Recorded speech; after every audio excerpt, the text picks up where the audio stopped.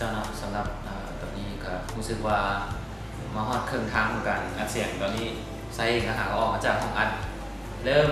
พบกับอุปสรรคที่ดีแล้วเพราะว่าตอนนี้พวกเราเริ่มดำเนินการมาได้เพียงแค่ 40% เท่านั้นเองเนาะปัญหามันมีอยู่ว่าก็คือหลักๆก็คือเรื่องของการเขียนเพลงหลักๆเรื่องของการเขียนเพลงมันเกาะกายกันมันเป็นประเด็นหนึ่งที่ว่ายากอยู่แล้ว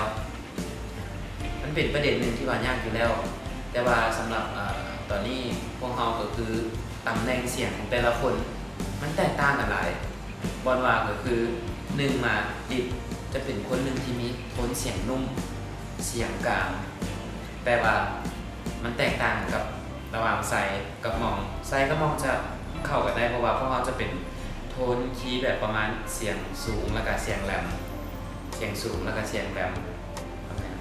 แต่มันจะแตกต่างกันว่าไซกับมองจะเป็นเสียงแหลมเลย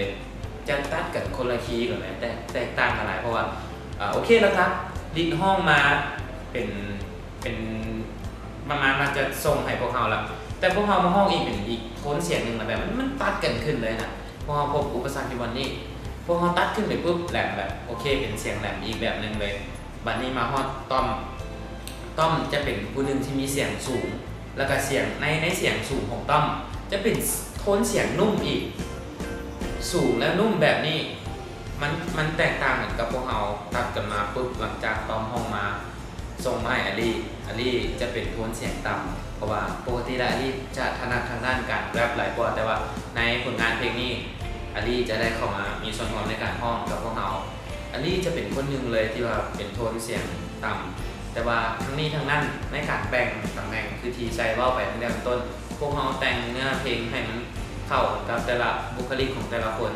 และนอกจากนี้ก็คือพวกเราเห็นมันเกาะกายกันแต่ว่าการเกาะกายในนี้มันว่าถึงโทนเสียงของพวกเรามันก็เลยเป็นอีกอุปสรรคหนึ่งรู้สึกว่าเดินพอสมควรนะแต่ยังรู้ว่าจะเริ่มแบบใดดีแต่ว่าจังไดพวกเรากับตั้งใจมาเฮ็ดดีๆพวกเราขอจับเอาโปรเจกต์ที่6ของพวกเราที่ได้ลงกันมาแล้วว่าพวกเราจะเริ่มจากโปรเจกต์นี้นี่คือประเด็นใหม่ของพวกเราแต่พวกเรากลับมาตามสัญญาแล้วอย่าลืมติดตามซิงเกิลนี้ของพวกเราก็แล้วกันนะเห็นซิงเกิลที่6ของ Max นั้นอย่าลืมติดตามกันแล้วกันไว้นี้ทำพร้อมเห็นมิวสิกวิดีโอของเราอย่างแน่นอนนี่คือเหตุผล